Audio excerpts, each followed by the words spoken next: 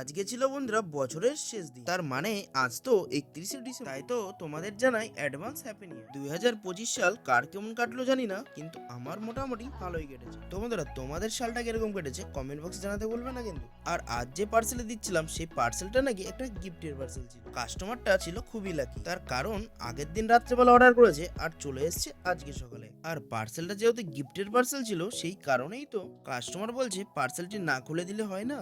তার কারণ এই পার্সেলটি ছিল আমার ছেলের জন্য, নতুন বছরের জন্য নতুন একটি ফোন গিফট করব। তাই সে তো এখন স্কুলে গেছে, স্কুলে থেকে আসলে সে যদি খুলতো পার্সেলটি তাহলে হয়তো একটু বেশিই খুশি হতো। কিন্তু যেহেতু আমাদের পার্সেলটি ওপেন বক্স ছিল, সেই কারণেই তো না খুলে আর পারলাম না পার্সেলটি। ফোনটি ছিল একটি ভিভো V60e, আর ফোনটির কালারটা যতটা সুন্দর তার থেকেও বেশি সুন্দর তার ক্যামেরাটা। বন্ধুরা, ফোনটার কত দাম হতে পারে তোমরাই কমেন্ট বক্সে জানাও। আর ভিডিওটি ভালো লাগলে লাইক, শেয়ার এবং তার সঙ্গে সাবস্ক্রাইব করতে বলবেন না।